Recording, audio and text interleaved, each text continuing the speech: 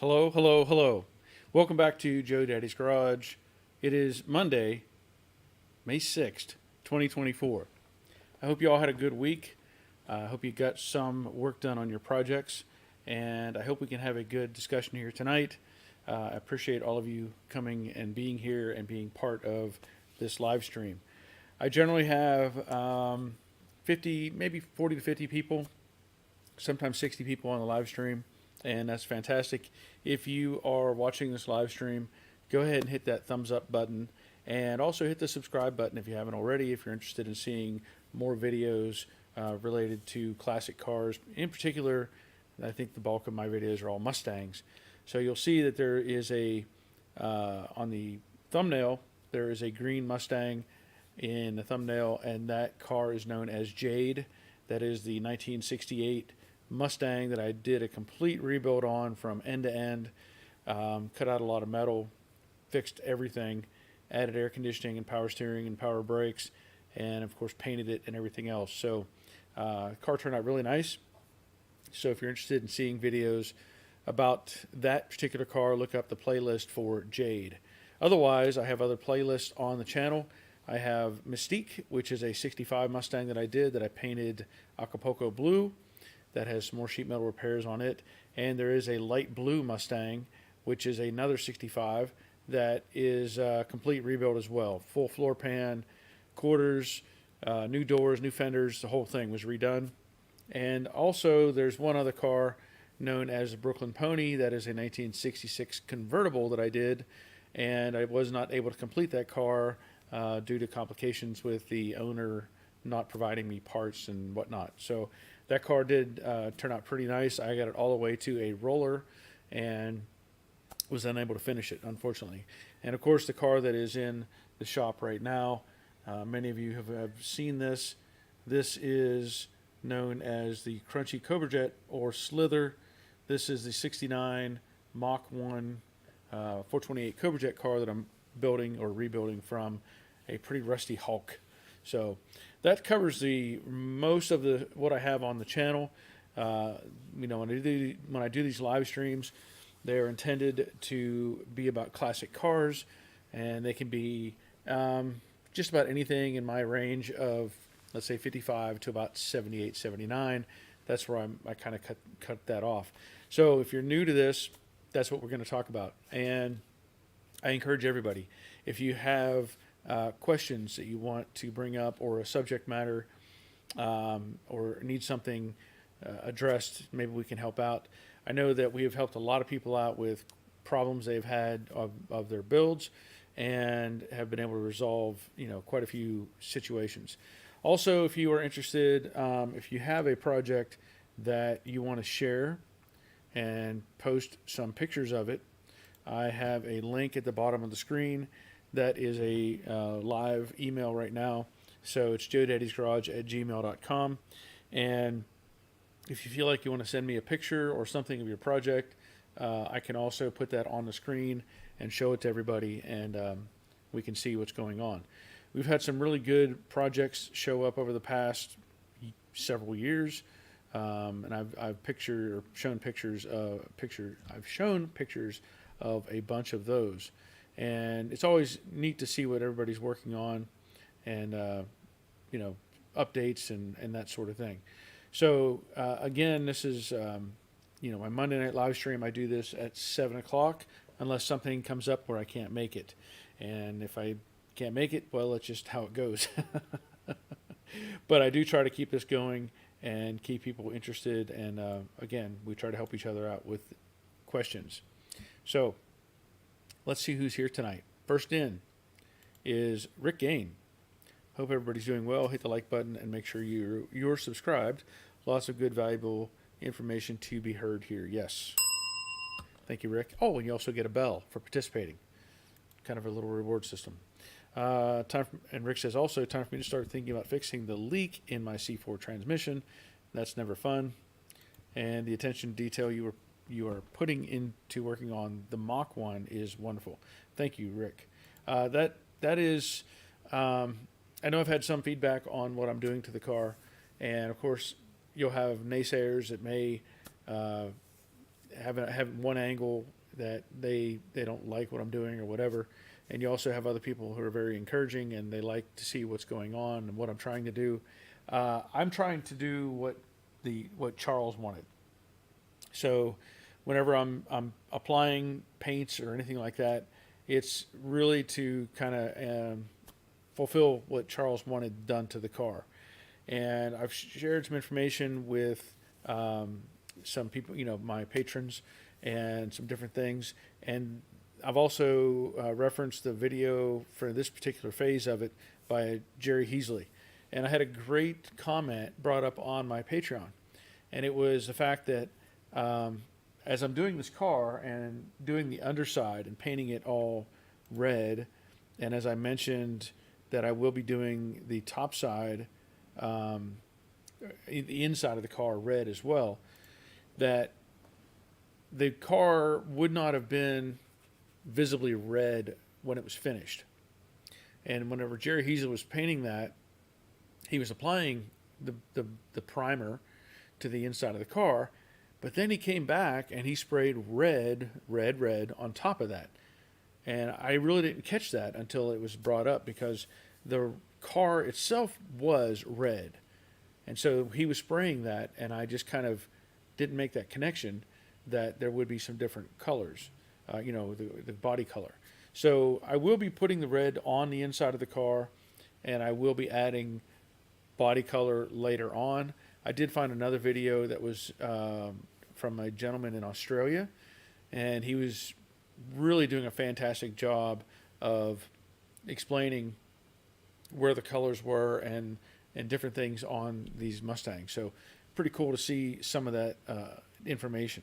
But I'm trying to do what Charles wants done to this car. And I know I could easily justify taking shortcuts and just saying, well, I'm going to do it the way I want to do it and be done with it. But I just don't feel good about that. I want to make sure I'm doing, what he wanted. So, okay, let's go on. Rick Stevenson. Good evening, everyone. Evening, Rick. And that is my signal to get my first cup of coffee, first sip of coffee, when Rick shows up. Thank you, Rick. Nicholas Ray says he's first. Well, I've not seen the name before, so I will say it's your first time here. I'll give you a bell for that. How about that? Terry Keithley. Evening, everyone. Please hit thumbs up and like for Barry. Thank you kindly. Yes. Thank you, Terry. Leonard Gilbreth. Evening, all. How's it going today? Awesome. Glad you're here, Leonard. Yes, as I'm continuing to do more to the inside and the back of the car, I've been addressing some welds. Again, more welds that I didn't get ground down. And doing more prep work to the inside of the car so I can apply the primers. And there's a few other things that I will be adding as I've made some decisions as to how I'm going to finish some things out, and that'll come later in a future video. Dave Tyson, evening all. Good evening, Dave. Our first Dave sighting. Nandu. Good evening, Barry and everyone. Hope you had a great weekend. Thank you. I think I had a good weekend. Well, I'm glad you brought that up. I mentioned this again in a Patreon video that I did. I went to a fair. It's called the Cotton Fair, and it is south of us about probably 30 miles. Small town, does a fair down there in Gay, Georgia. That's the name of the town. And they do a fair twice a year. And sometimes I've been there, and there's been classic cars on display. There's been tractors, some lawnmowers, and it's a bunch of arts and crafts stuff. And so my wife wanted to go, and my daughter-in-law and my son and grandkids wanted to go, so we went. And I was very disappointed. I hate to say that. I was very disappointed. They raised the parking fees to park in a field down there, which is, I get it. Everybody has their agendas, but it almost seemed like everything. If you do a scale of 100 tenths of crafts or whatever, I would say if there was 100 of those tenths, it felt like 90 of those were just reselling Chinese junk. That's a fact. And I was like so disappointed to see that, because normally there are some good craft people there that make some neat stuff, but it just looks like people are buying Chinese junk and putting their price on it and putting it up for sale. Very disappointed. I don't think I don't think I'm going to go back anymore. They can keep their parking fees and all that stuff. It's not worth it. But otherwise, it was a good weekend. Roger, Hindsight 6-7, greetings from next door. Glad you're here, Roger. Oh, also, just a side note here. Roger and I share a yard, right? We share, we're right next to each other. And the other day I had a tortoise, I guess it is, not really a turtle, I guess it's a tortoise, show up in my yard, and I didn't know it. It was trying to lay eggs in my yard, and I guess I scared it off. So 2 days ago, that tortoise was in Roger's yard. It looked like it was laying eggs there. And I know he put a protective covering over it, but I wanted to tell you, Roger, it looks like something already got in there and took those eggs. I know we were trying to make sure it was protected, but it just didn't seem to work out. At least what I can tell, it looks like there's no eggs in that hole. Anyway, let's go on. Steve Reed, hello, Joe Daddy, and everyone. I hope everything is well. Thank you, Steve. Glad you're here. Let me see if I have. Okay. Thought I had an email show up. Robert, the Infernal Craftsman. Evening, all. Evening, Robert. Glad you're here. Jerry from Jerry's Garage, the Money Pit. Good evening, all from Middle Tennessee. Thumbs up for Barry. Yes, thank you, Jerry. Rusty's Restoration. Hello, all. Barry. Thumbs up. Thank you, sir. Evan's Messy Garage. Hey, Barry and everyone. Good progress on the Cobra Jet. Great to see color on it. I'll be pausing my project for a bit. Yeah. It is wonderful to see some color on this thing. That's the best part whenever you start to see big changes. Instead of I'm grinding welds, I'm welding this, I'm fixing that, I'm doing all these little things, and then all of a sudden it's like, oh, wow, it does look good. So, yeah, I'm very happy to have it, and sorry if you're pausing your project. I don't know what's going on, but here's an extra bell if I didn't give you one. Jorge Sanchez, hi, Barry and everyone. Nice ride. Thank you, Jorge. Dawn's Manufactory. Hello, y'all, from Dayton, Ohio. That's a long drive. Did you drive Betsy all the way to Dayton, Ohio? That would be cool. But I'm guessing you probably didn't. But I'm glad you're here, Dawn. That's awesome. Jeffrey Dewar, 11 people watching, 11 thumbs up before you even start. Good evening, everyone, and Barry. Evening, Jeff. Or Jeffrey. Sorry, I don't know if it's matters. Don't want to mess up. Some people like to have it one way or the other, not both. Shannon Vaughn. Hello, everyone. Hello, Shannon. Nick Moss is checking in. Hello, Nick. Richard Vogel. Good evening, Barry. Good evening, Richard. Hope all is well with you. Cut Warm 59. Arkansas is represented. Awesome.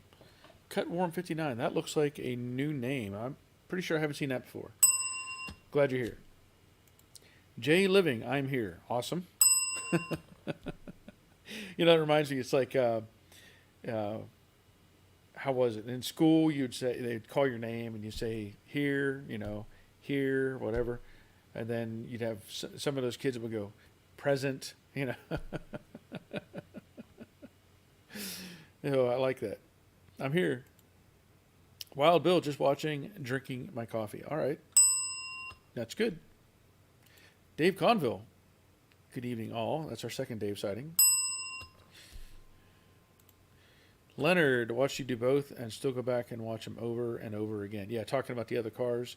Yeah, I appreciate that. Those were good projects, and I know that things have changed over time, obviously. I would say my video technique has developed quite a bit.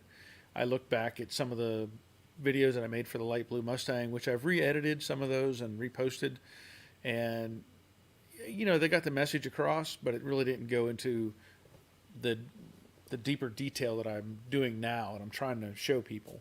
So thank you for watching, Leonard. Appreciate that. Jay Living just got thermostat back in the 68 GT390 Fastback. Ooh, that's cool.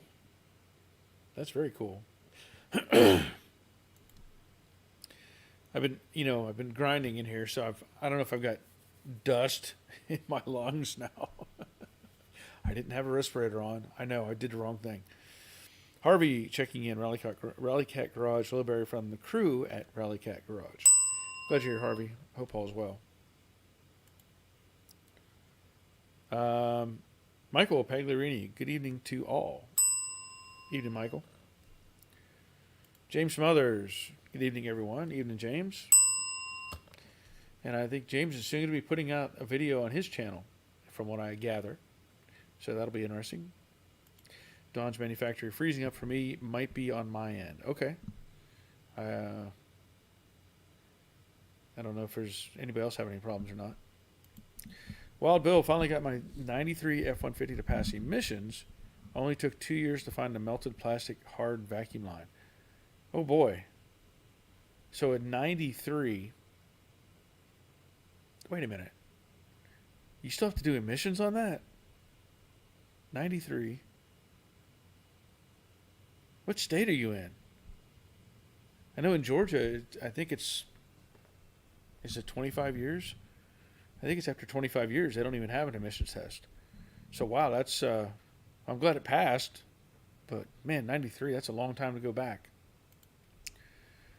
C&J Hoyt, it might be that way from the factory, but you're preserving it for the future. Hi, all, great work. Yes. Yeah, it is definitely getting a better treatment than it ever got from the factory. We know that much. And, they didn't have that mindset. Back then, they were just like, get it done, get it out the door, get it done, get it out the door. We'll scrap it in 5 or 10 years and nobody will know the difference. And, of course, we all know these things are just,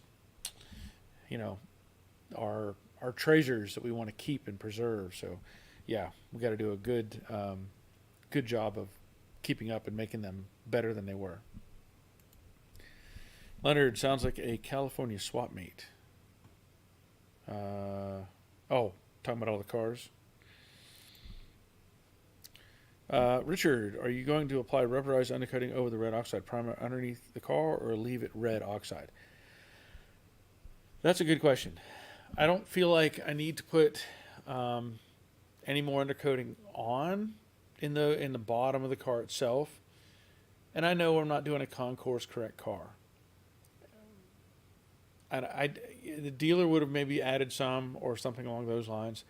And again, I'm trying to kind of do what Charles, I think, what he wanted. What I will do is spray the wheel wells again, especially in the back. Those will all be black.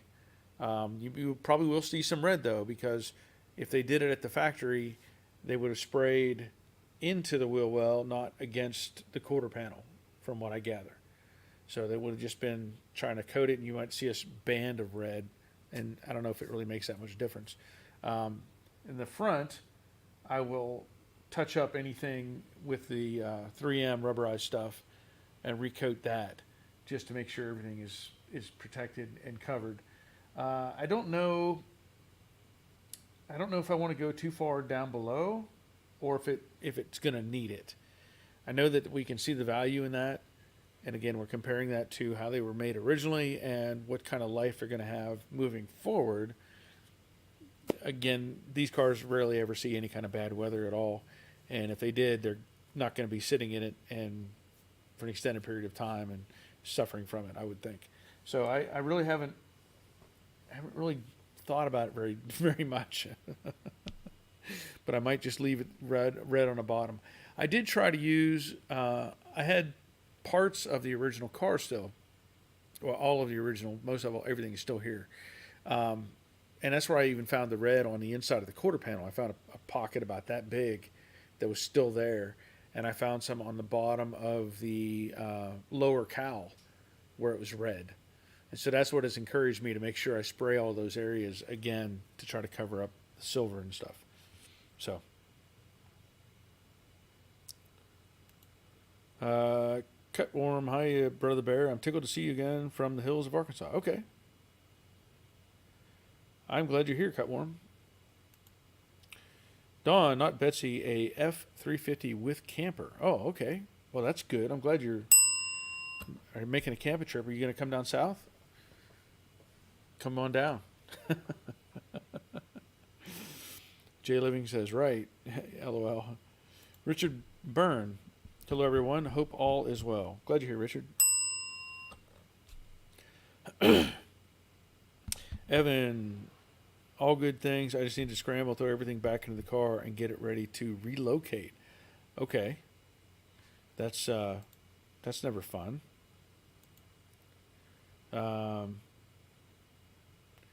I got a couple of pictures from Harvey. Interesting. I'll upload these. It's not directly car related, but it is cool.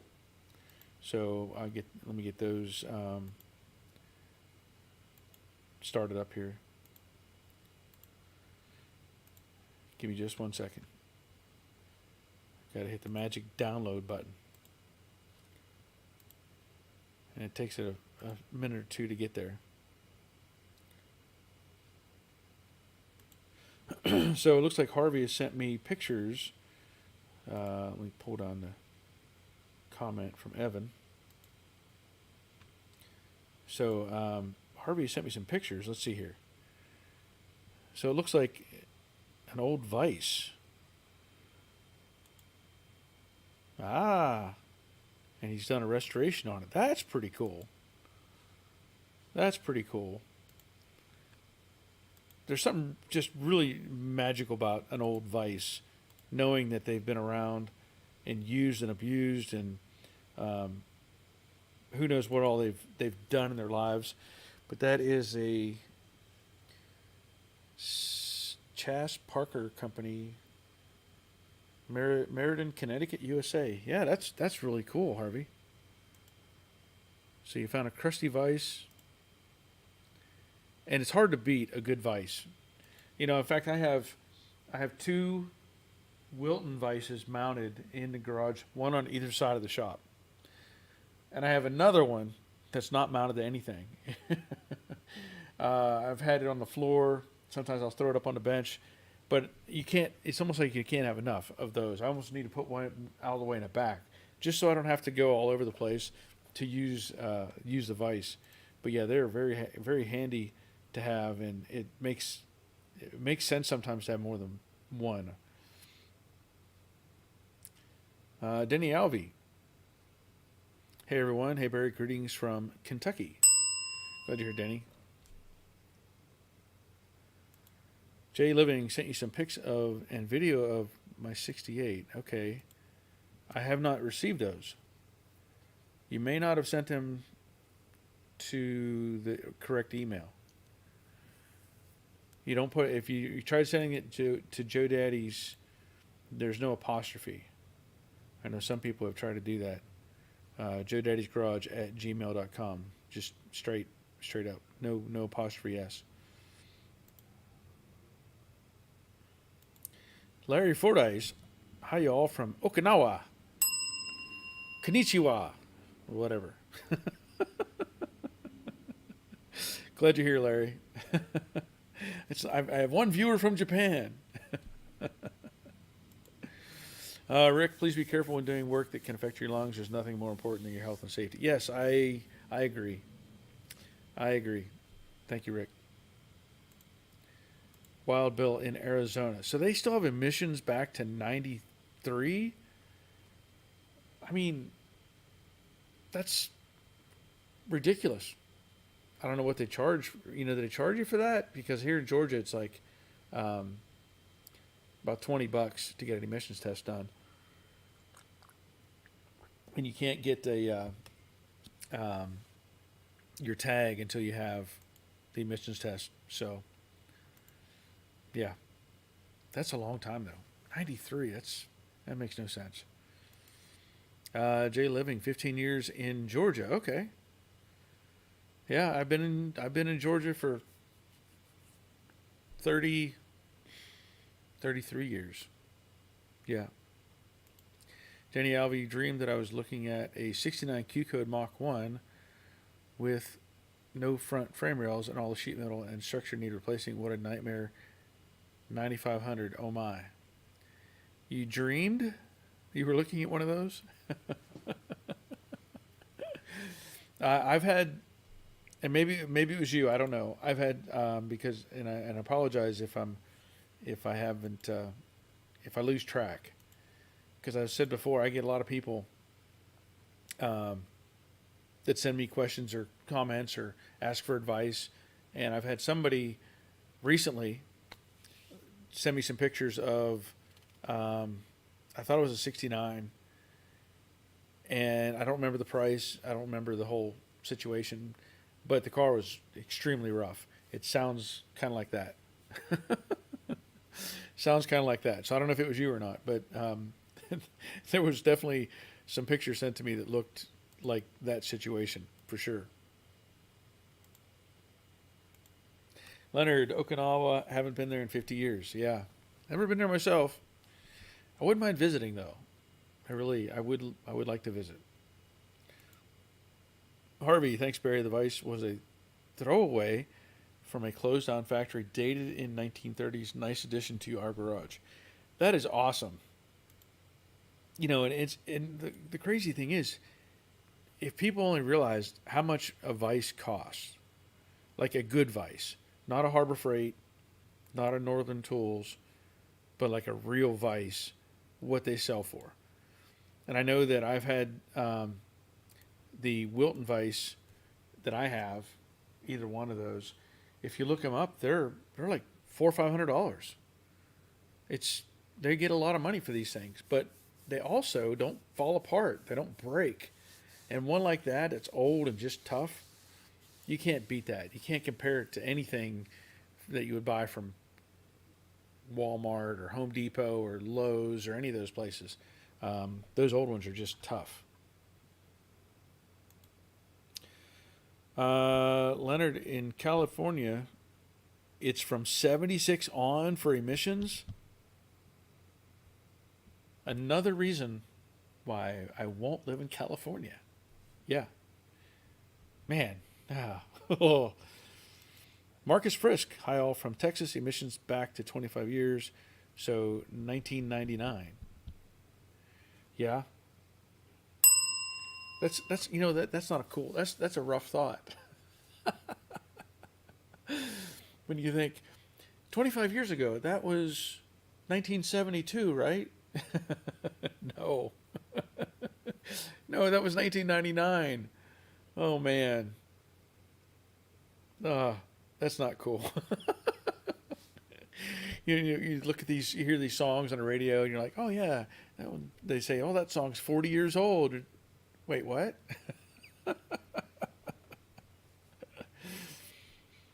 Larry Fordyce nailed it. Almost native. Yeah, I'll fit right in. I fit right in. They won't even notice me. I'll just blend right in. Oh, Larry, speaking of Japan, I saw a TV show. It was on, I think it was on Amazon Prime, and it was Brian something, whatever his name is. Not Brian. I don't know if it's Brian May or not. I think, but he did a show about visiting Japan and showing you the parts of Japan you normally don't see, and it was really interesting. It was really interesting to see some of that stuff and what he did, and just as a regular person going around, and some of the festivals that they have, the just the whole. It was just really interesting. Made me want to go see it even more. Don's manufacturing emissions test. If equipped with a CAT in Oregon, no test pre-CAT. Just got my '84 van through. Oh man, that's no. No. Ah, no, no, no. Terry Keithley, not in Illinois. Just give us your money. They could care less. I own two 1993 Ford trucks, a 150 and 250. Okay. Yeah. Yeah, I don't know what. They have to have emissions somewhere in Illinois, though. I know all the big cities end up having emissions. I would think they would have to have it like in Chicago or whatever else is out there. Michael, my Forester son is in Okinawa U.S. Marine. Okay. Forester? I'm not sure. I'm not sure if that's what you meant. I don't know what that means. Is it Forester or is it Foster? I don't know. Let's leave it go with that. Robert says James May. Yes. Yeah, it's a good show. Amazon Prime. It's a really good show and kind of it's just entertaining. Oh, speaking of, let me go ahead and throw this out there. I've done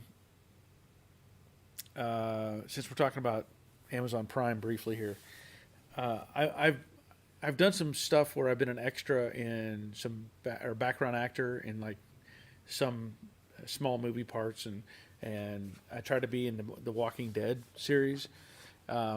So there is a movie or a TV series coming out on Amazon Prime called The Bondsman. Okay, it's not out yet that I know of, but it's supposed to be coming out, and it's going to have Kevin Bacon in it. And so they did a casting call for background actors a few weeks ago, and I went to it, and so I ended up spending the day as a background actor for this TV series or whatever it is, and so you might see me if you're watching. There's apparently a bar in the series called the Boxcar, and I think it's a real bar in like Gainesville, Georgia, or something. But something about the Kevin Bacon's character is like a country musician. I don't know the whole storyline. You'd have to Google it to find out. But anyway, there was a bar scene, and him and Jennifer Nettles from the group Sugarland.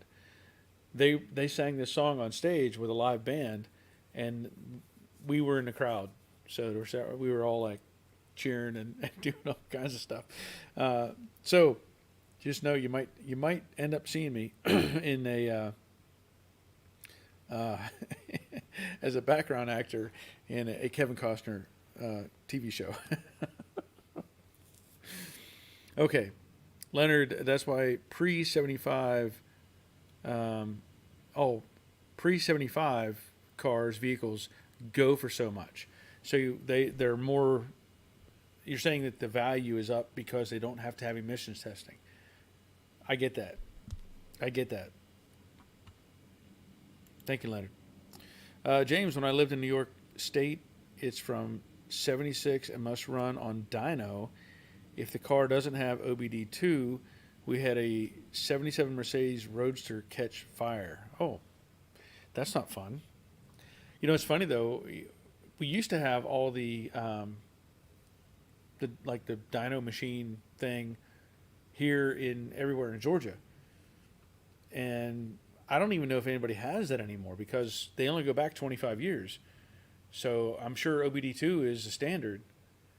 Yeah, I don't know of any shops that even still have those, because all the little emissions testing places used to have it where you drive in and they'd have you get up on the roller and put a sniffer up the exhaust pipe and whatever, but haven't had to do that in a very long time.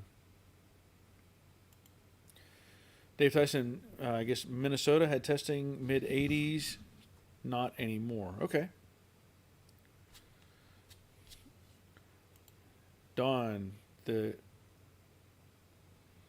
toads?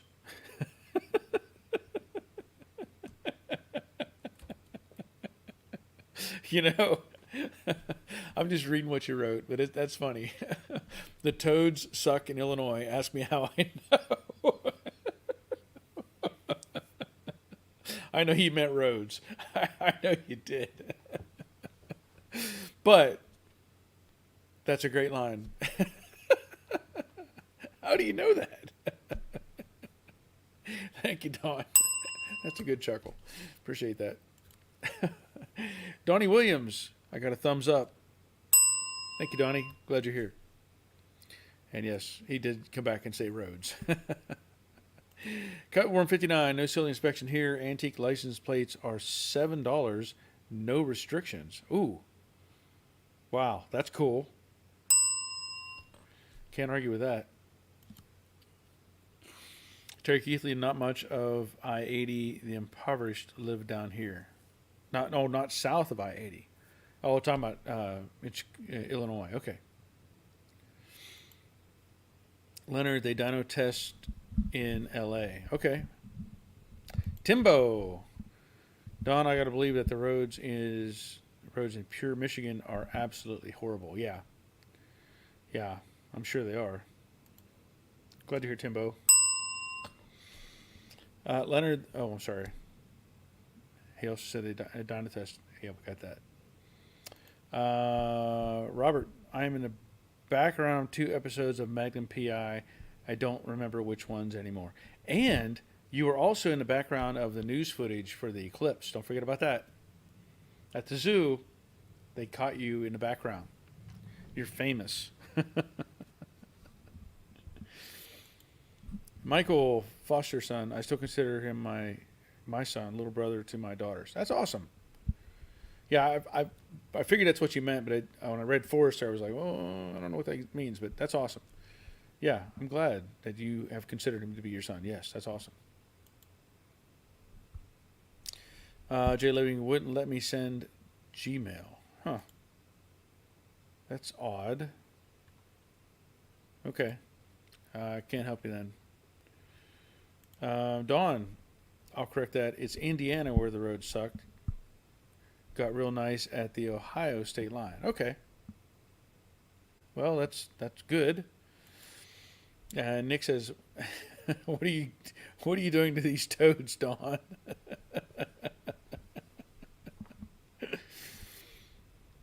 Leonard, OBD1 here in California costs twice as much to smog, $125 to smog test. Oh, lovely. Yeah, that's fantastic. No. James, I wonder how all these Teslas are going to pass the emissions test in 10 years. Yeah.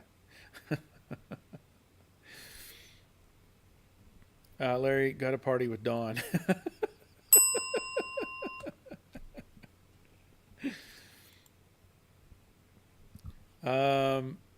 Terry Keithley, Dawn, the roads and toads suck in Illinois. Ask me how I know.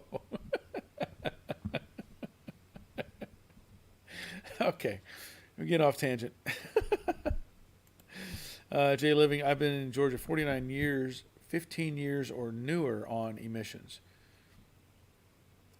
Oh, is it 15? Oh, I guess maybe it is. It's 25 years for a title. That much I know. If a car is 25 years old or older, or 25 years old or newer, it has to have a title. And I really hate that. I hate that arrangement because there's people who have had old cars who don't know. Maybe they bought an old car or brought an old car into the state or whatever, and they go to the tag office and they'll say, "Yeah, I want to transfer my title," and they were like, "Oh, you don't need a title, just a bill of sale is fine," and the people end up like bypassing that. And so when it comes time to sell that vehicle to somebody who may be out of state, it makes it more difficult to do that or get the title taken care of. I know when I had the '69 Camaro that I had bought had an Arizona title, which I was looking through my paperwork the other day, and I found that copy of that title from, what was it, 2000 or 2001, something like that. And it was an Arizona title, and I went to the tag office and I said, "I want to transfer this," and And they were like, oh, you don't need that. You can just throw that away. We just need a bill of sale. I was like, no, transfer this. I don't care. I'm going to pay the fee and make it happen. So that's what I did. And on a plus side of that, the Mach 1 that I have, I had the title. When I bought the car, he didn't have the title on hand. He had copies of it, but he had to get it. I forget what he had to do. Something he had to do to get it, because it wasn't in his name. And so he had sent off to get the title in his name. And then because it was from North Carolina, he mailed it to me, and I checked with our tag office. You know, everybody has their own rules. But they said that if that title has a notary spot on it, it has to be notarized in North Carolina. So we had to take care of that. And that's taken care of. And so now I have the complete correct title for the Mach 1, which makes me oh so happy to have that. Just really does. I know that it's one thing to have the car and have everything looking good and being good, but that title just makes it everything better, which is my opinion. Okay. There was something else. I talked about this last week. I don't know if I kept that picture up. I might have gotten rid of it. I think I got rid of that picture. Oops. I had talked with somebody about another 68 Camaro, and I forgot about it. I forgot about it this week. I know that I'm going to buy this not Camaro, 68 Mustang, another 68 Mustang. And it's going to be a parts car. I'm just going to salvage some pieces off of it and then resell it or whatever. But I had told them I would be in contact with them, and I forgot that I needed to go pick it up. So I haven't gone to get that car yet. It is, it's sitting in his garage. It's been sitting in the garage for years, and I don't see it being a problem, but I just completely forgot about it, and just trying to do all this other stuff and make sure the video stuff is taken care of and all that stuff. Let me see if I still have a picture of it or not. No, that's not the one I want. But it's car's pretty rough. And he had bought some new parts for it, but they are not the best parts. I don't think I have. Okay, here it is. So that's the other 68, and this car had been rear-ended, I believe, and it shows, you can see buckles in the quarters, and I think the frame rails in the back are bent, and it's also missing the VIN number on the dash. He has some extra parts with it, but I just have to make arrangements to go and get it back here so I can go through all the parts and separate what I need to get or need to keep, and then move on from there. But that's just kind of on the side burner. Okay. Jack W. is checking in. Evening, Barry. Evening, Jack. Hope you're making progress on that fastback. Rick, any updates on the 68 Coupe? Yes, that's what I was trying to talk about. And I just need to get over there and get it. It's not far from here. Just have to get it. Probably going to try to put it on the tow dolly, I think, and just pull it over here. Real Nautical Fishing. I hope you start getting a lot more views here on YouTube. Sometimes it takes one hit video to bring the views, and to you, fingers crossed for you, man. Well, thank you. Appreciate that. I know that the last video I posted to YouTube is about a 30 odd minute video of spraying the primers and stuff. The other version of that I put on Patreon is actually an hour and 15 minutes. More details in there. There's some tips on using the paint gun. Just more information. And that's what I feel like I need to do, is I have people supporting me on Patreon, And so I want to continue to make sure they get the best that I can offer. But I will still post to YouTube, and we'll see how that goes. I mean, it's just a struggle. It's just really difficult to try to hit, like, what do they call it? They used to have this thing at Delta where they said, like the Swiss cheese. Like, YouTube is like having this block of Swiss cheese, and you're trying to line up all the holes at one time to make things work right. That's what it feels like right now. So, like, Swiss cheese has all these holes in it, but it's like it was like an error or a fault thing. Like, if you're working on something and you make a mistake and it gets caught by somebody else, that's good. But if you make a mistake and then he misses it, and then the next person misses it, and the next person misses it, it's like all the holes in the Swiss cheese line up, and now you've got a problem because nobody caught that. That's kind of how it is. It's the inverse of that with YouTube. It's like, I'm trying to get this hole to line up, and then I want this hole to line up, and I can't get this one to line up, so things just don't go the way they should. I guess that's the way I'm going to look at it. But yes, I hope, something improves. Jay Living, I've been trying to get a title on my 68 in Georgia, and they want to issue a new one if the chain is broken with a bill of sale. Yeah. Let me give you a thought. There's a thought process on what you may be able to do. And I can't guarantee it. I don't know that this option is still out there, but if you look up Vermont loophole, there used to be a way that you could send the state of Vermont your paperwork, and they would issue you a title. And then you could take that title and bring it back to Georgia, or they would actually send it to you, and then transfer it back, or change it over to a Georgia title. I don't know if that's still a possibility. Here's another option, part 2. And this would take a little more effort. I had the other 68 Mustang, the Red Dave one that I called it, and I sold it to a friend down in Florida. But before I sold it to him, he asked if I had a registration for it. And I didn't, but I got a registration for it. So I got the registration on the car, verifying that it was, legit in my name. Sold him the car, and he took it to Florida. And from my understanding is, if you have a registration from the previous owner, they can title that car in Florida.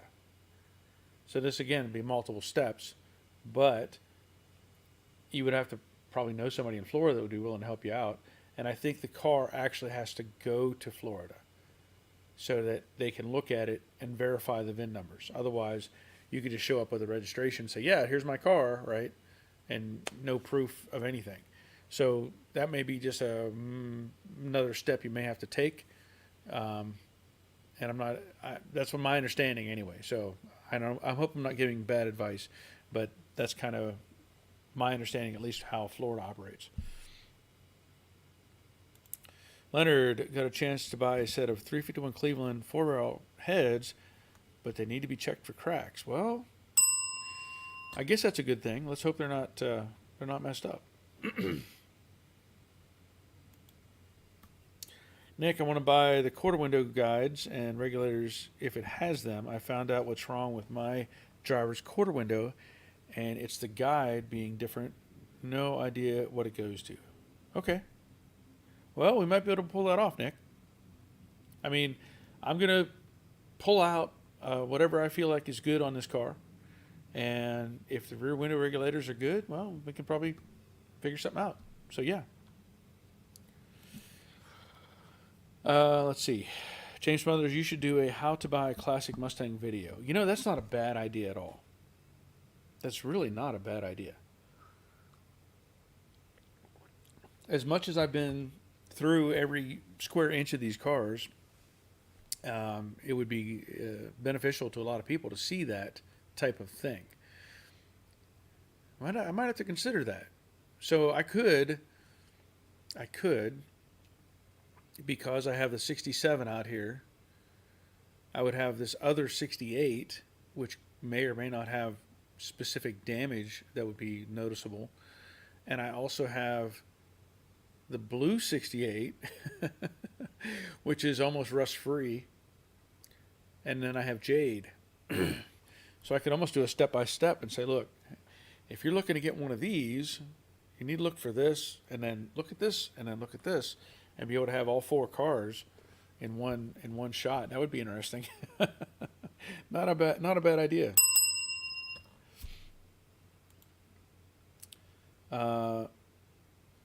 Nick says, not my car, to say the least. Oh, you're talking about the window regulator. Okay. All right. Jorge, speaking about parts, if it's possible, you can get me a bucket light, passenger side, and cloche.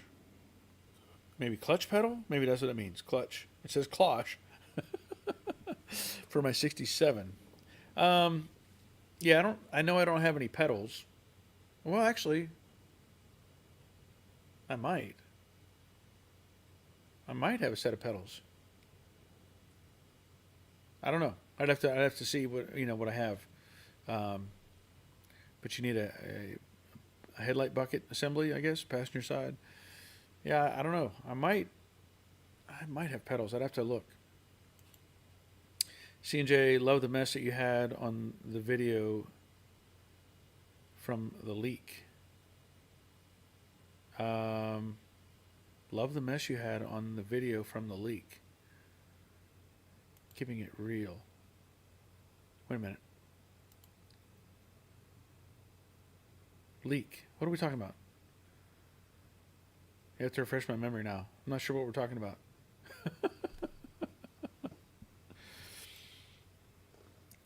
Okay, so Larry Fordyce says that loophole is gone. Oh, talking about the Vermont loophole.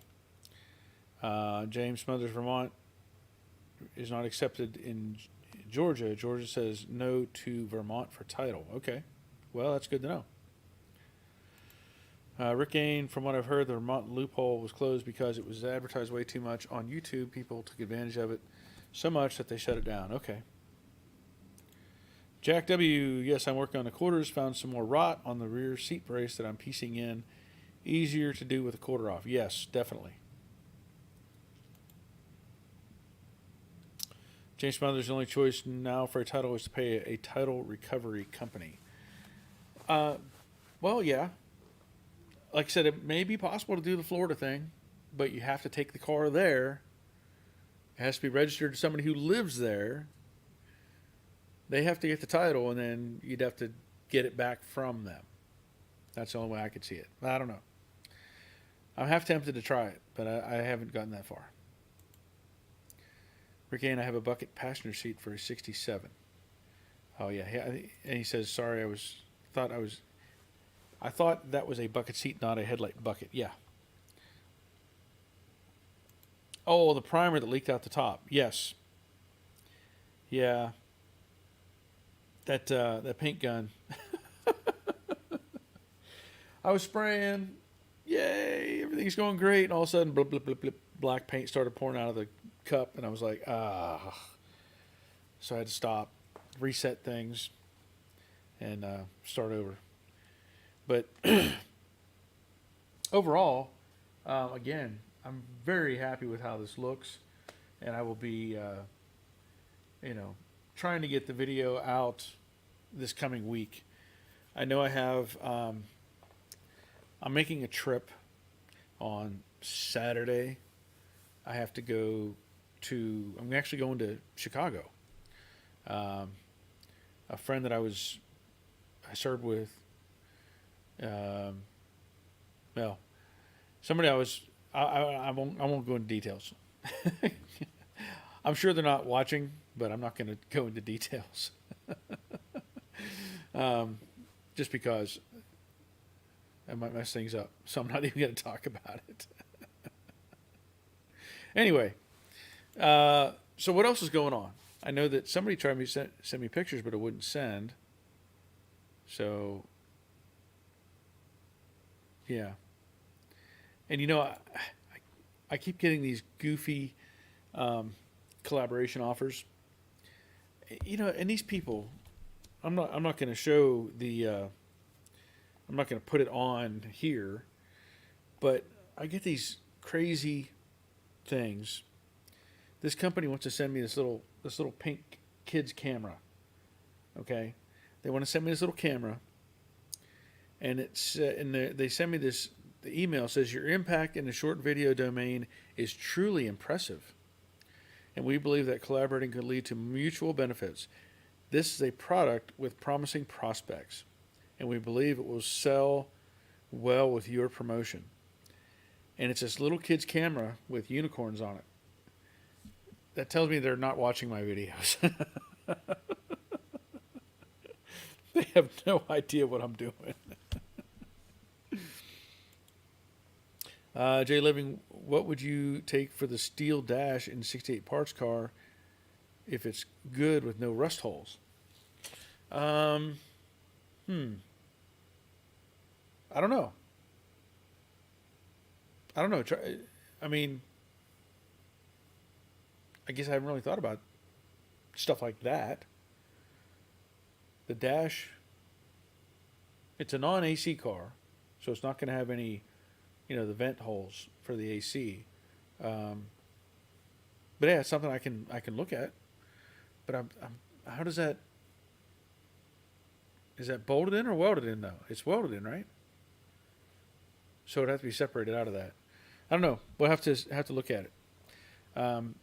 If you're interested in parts like that, then try to send me an email, joedaddysgarage@gmail.com. That's about the only way I can tell you to make contact with me. James Smothers, because my YouTube channel is very new, I'm doing videos of little things. I'm doing polishing out tempered side glass scratches. Okay, that'd be a good video. Leonard, the weather is finally getting warmer, so time to get back on the Torino. Yes, that's a good deal. Do that. James' second video is polishing and buffing stainless steel trim on windows. Those would be good videos. Jay Living, mine's non-AC welded. Okay. Well, I'll have to look at it and see what condition it is in. I know that the floor is rotted out of this thing, and so I'm confident the cowl is no good, and I have to. If I were to take out the dash panel, it would probably be just using a plasma cutter and cutting out the perimeter, and then figuring out how to get it to point B.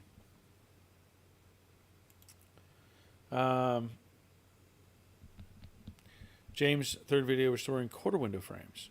Okay, so you've got some stuff lined up. That's good. That's good. Terry, if you're flying, don't sit by any door. Could be hazardous to your health. Just saying. Yeah, that's yeah. We don't want to fly on the 737 Max. That would be bad. Pretty risky. Don't get me started on that. I don't understand how any company that builds airplanes can send something out to a purchaser of these airplanes and not have, and have flaws in them. I don't get it. I don't know who they're allowing to do these inspections and stuff, but it's not quality people that they should be in there. Leonard, another blue Mustang project. Wait, what? Another blue one? I don't know about blue. We'll find out. Okay. Doyle, also risky to be a whistleblower. Yes, apparently it is risky to be a whistleblower, and you wonder, you hear these things and you're like, how in the world does that happen? How in the world does something like that happen? Somebody makes some claims against a corporation or business, and suddenly they're unalived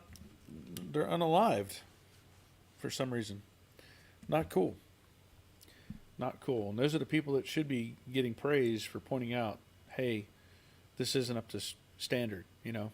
I was an inspector for 6 years at Delta, and my task, my job, was to get parts that were engine components, and basically, if you look at an engine, period, doesn't matter what it is, any kind of engine, you're going to have rotating assemblies and you're going to have fixed assemblies. So like an engine block, non-rotating. Cylinder heads, non-rotating, right? Crankshaft, rotating. Rocker arms, camshaft, whatever. If you look at an aircraft engine, it's the same thing, only much bigger and more complex as far as how it functions. But you have engine cases, as they're called, and then you have rotating assemblies inside. So it rotates the fans, compression section, exhaust, all these sort of things. And these components, over time, they cause, they have problems. They'll wear out from friction. They'll wear out from fatigue. They'll develop stress cracks. Dimensions change from heat. Just a lot of things that can happen to these type of components. And so my job as an inspector was to evaluate these components, take measurements, do a thing called fluorescent penetrant inspection, where you put them in a chemical and you let it soak for a period of time, and then you look at the chemical with a UV light and determine if there's cracks, and then you determine limitations on cracks and the repair process, stuff like that. So as an inspector, there's a lot on your shoulders, because those pieces represent the major part of the airplane, right? You got to have thrust to make the plane move and fly. And so, it's a demanding position, and you have to be a licensed aircraft mechanic. You have to have an A&P license. But you wonder sometimes, whenever you have that skill set, and then you have these other companies manufacturing pieces and parts and planes and whatnot, who is doing those inspections, and why are they not, like, they're being overridden? Like, they're saying, hey, this is wrong, and then somebody comes in behind them and says, oh, no, it's not. Let it go. It'll be fine. Don't worry about it. And that's not how it should work, ever. I've scrapped parts that cost $500,000, yeah, or more, because they won't pass code, they won't pass inspection. There's a reason that they have these limitations, and that is stuff on used parts. Something is brand new out of the box, you shouldn't have any doubt as to the condition of it and why it's, there shouldn't be anything ever wrong with it at that point. So I'm going to step off that platform for a minute. Just my opinion. Another blue Mustang. So the Mystique Mustang. Yes. Colin, hey gang, great primer video. Mustang's looking great. Thank you, Colin. Appreciate it. James Smothers, anybody here have experience of having a 289 or 302 engine get cylinder sleeve? My number one cylinder sat years with water in it and caused very deep pits. I don't know. I've never had an engine with a sleeve put in, but it shouldn't be that difficult.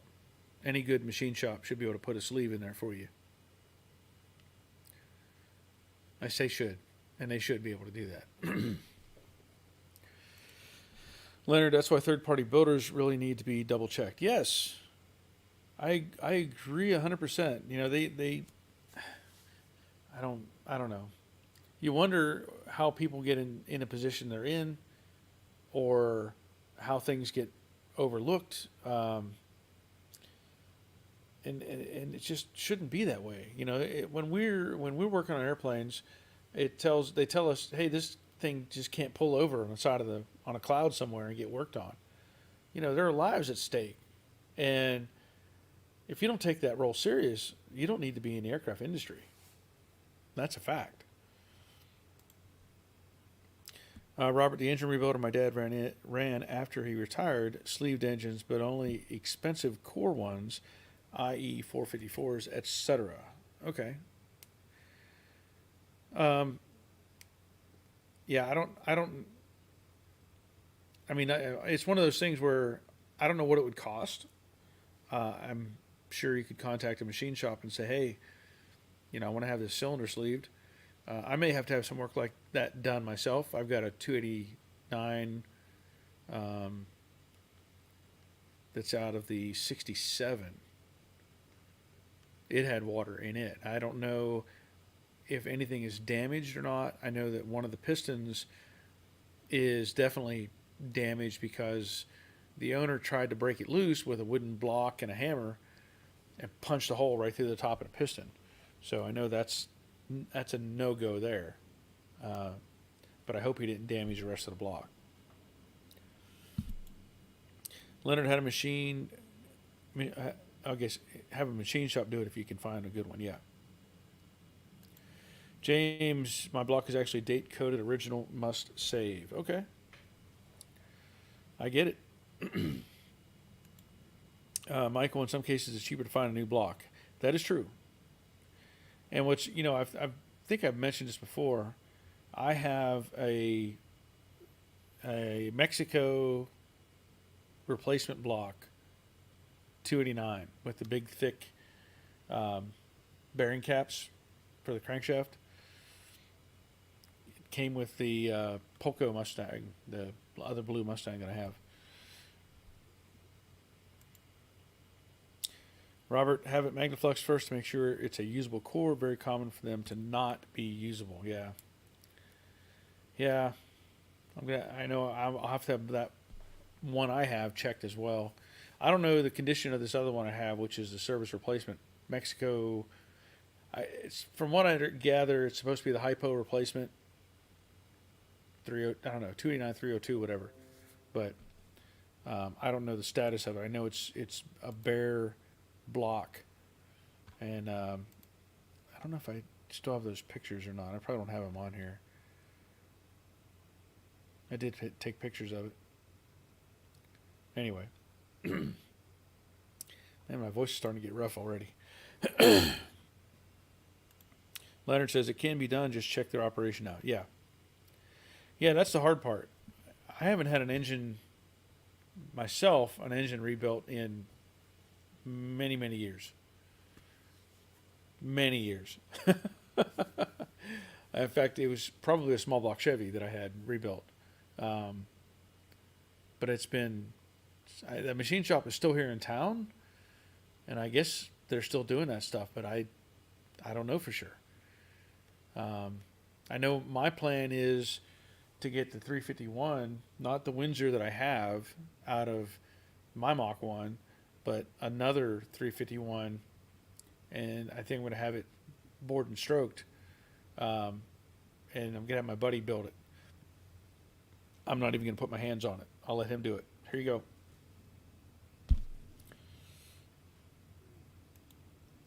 go. Rick Stevenson, do you still have the 351 block that you used on the convertible?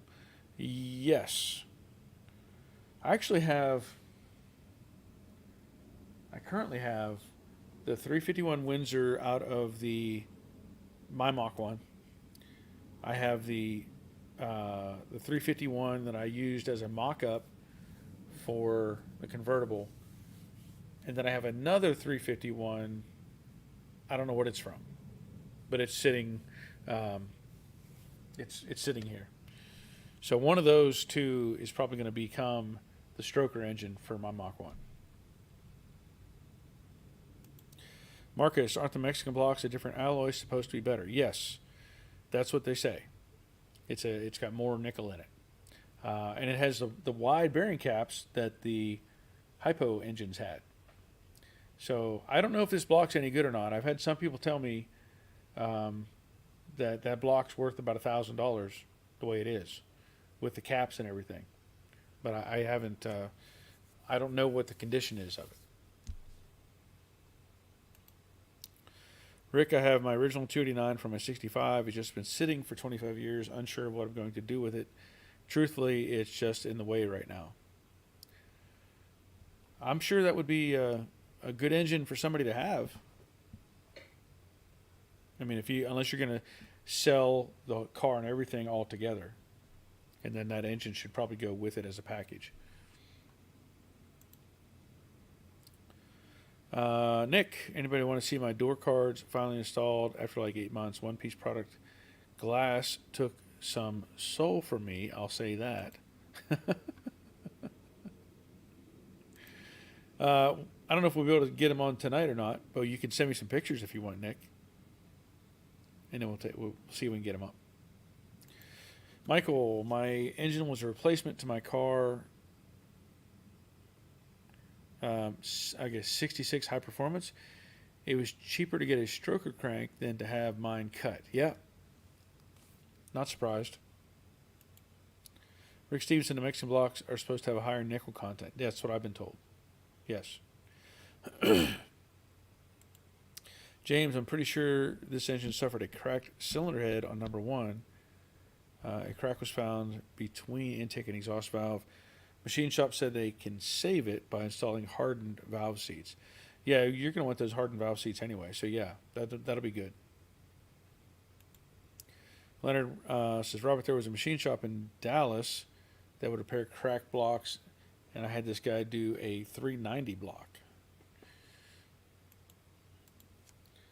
Yeah, like I said, I haven't had anything myself worked on directly from any of this stuff. But it will have to happen. Robert saying, Leonard, AGAP was the plant for my dad ran. They would do some crack repairs in heads using a special screw that snaps off when you put it in. Ooh. Yeah, and it's been gone for years. Okay. Yeah, I know I need to make sure I get this. I don't know what my timeline is to get the stroker engine together. I know when I started working on Jade, I had taken my engine to my buddy, and it was a 289, and he said he started working on it and said this thing isn't even worth having. It was like worn out or whatever. So he built me that 302 that's in Jade. Very happy with it. And he's already looked at, like I said, I want to keep the 351 that came in the car together and not mess with it. Just leave it alone. I want to do the roller setup on another version and have it go in the car. And then, of course, I'll have to come up with a transmission as well, because I'm going to put in an overdrive transmission. I can't do a clutch anymore. I mean, I can, but I'm not going to. I don't want to. The car I have did not have a 4-speed in it, so it's going to be an automatic car, and it's going to stay that way. All right, so Nick has sent me his door cards picture, and I guess that's a new. I won't say a new expression, but I've never called them a door card. I've always just called them a door panel. But if that's the way they're called, that's cool too. So there's his carbon fiber door card. That looks really cool, Nick. Definitely different. And he sent me another picture. And that's got the seats and the roll bar. Yeah. Good looking car, Nick. I like it.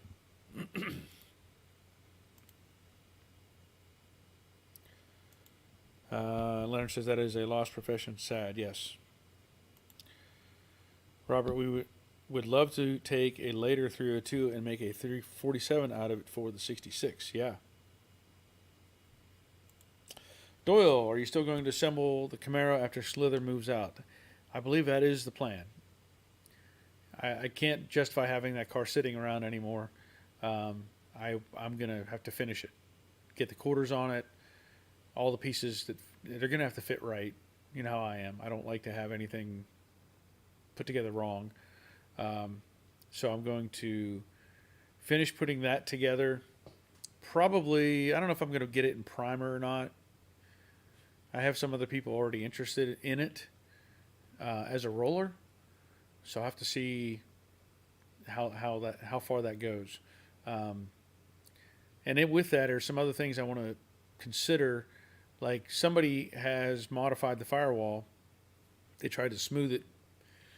And they sell a replacement firewall that's already like smooth. And they also sell a replacement firewall that's got the heater box and everything on it. And I don't know if somebody's interested in it, I may end up having to undo the work that somebody else did because I don't think they did it right, and either replace that firewall with a smooth one or put in the correct one with the heater box setup. So that's just something else I need to consider. But yeah, I want to get that together. Robert, engine rebuilders are far and few between these days. Yep. Leonard, we got one here in the high desert that does a good job on machining. That's awesome. Richard, have you tried the Harbor Freight mini belt sander for sanding down welds? Of course I have. That's been my go-to for most of what I've been doing on this car. Let me go grab that. Of course, I have it on the floor underneath the car right now.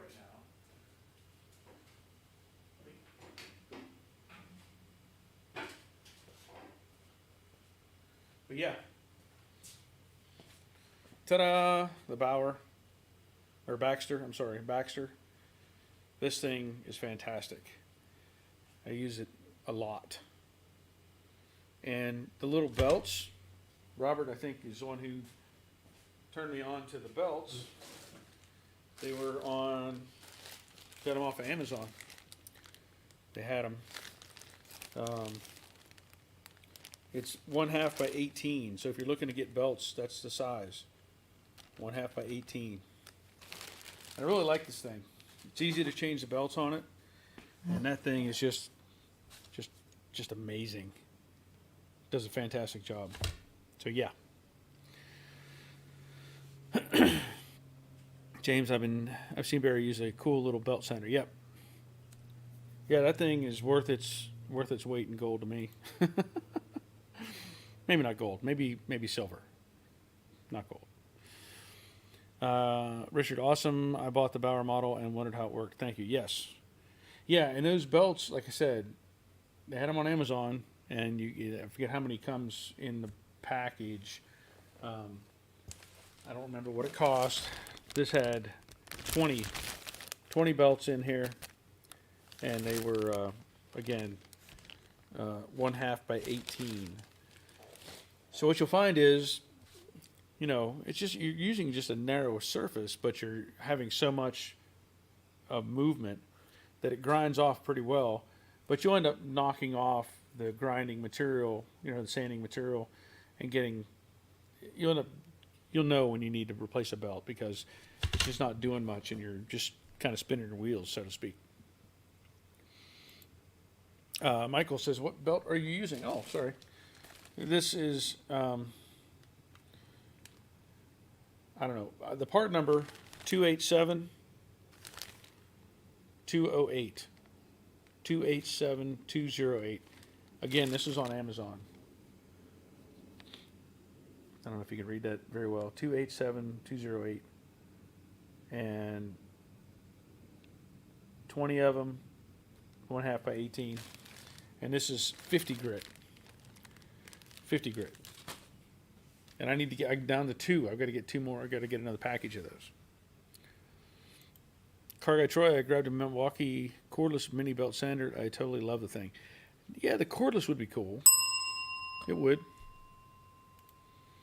James, I also use a magnetic light to light up dark areas to weld. Yeah, yeah. This thing, I love this welder. This light.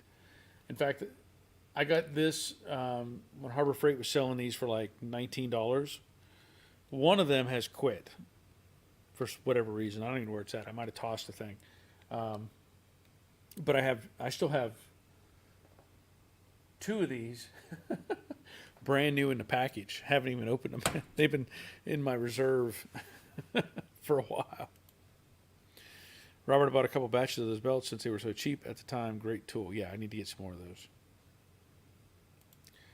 And the orange ceramic ones hold it the best. Blue are decent. Don't buy the brown ones.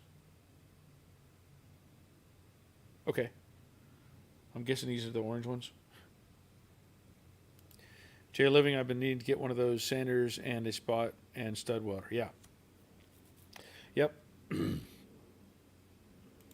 Richard, Barry, do you have a link for the pack of belts from Amazon? I probably...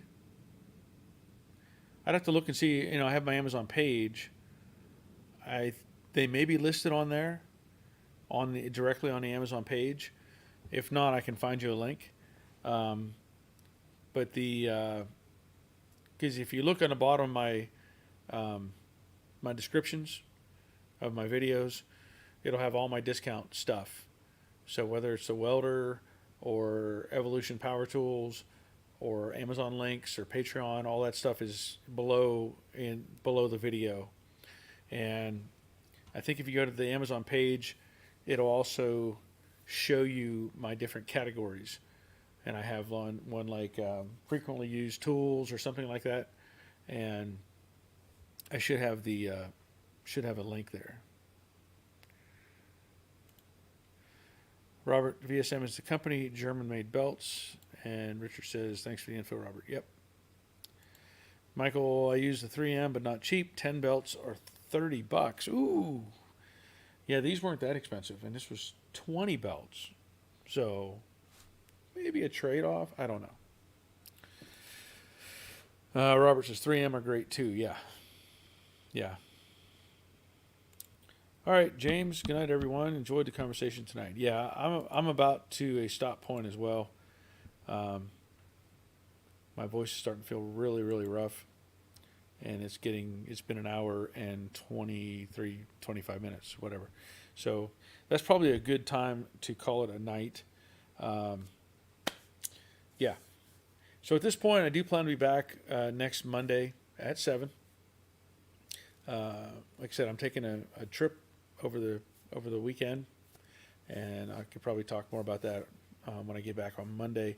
And don't forget, this coming week is also Mother's Day, right? So don't forget that. Make sure you get something. It's a nice set of tools. You should buy your wife or your mom, but your wife, if you have kids, Mother's Day, get her one of these. That way, she can appreciate tools and stuff. Anyway, let's see. Jay Living, I have put every panel back in my spot welds. With spot welds, very time consuming. Yes. Yep.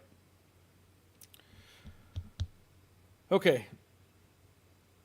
Oh wait. Cutworm says I'm in Days of Thunder, Talladega crowd scene right next to the 500-pound woman with her shirt off. Okay. Talking about being an extra in a movie. All right. And Robert says he can't top Mother's Day. Took her to Greece last year. Yeah, kind of hard to beat that. Okay. So that'll be it for tonight. Thank you all for being here. I will have another video coming out. It'll be part 41 of the Slither project. Hopefully I can get the things addressed that I want to get addressed by the end of this week. I have to prepare my, for the trip that I'm taking, so might interfere somewhat. But that'll be it for tonight. Again, thanks for being here, and until next time, take care of yourselves. See ya.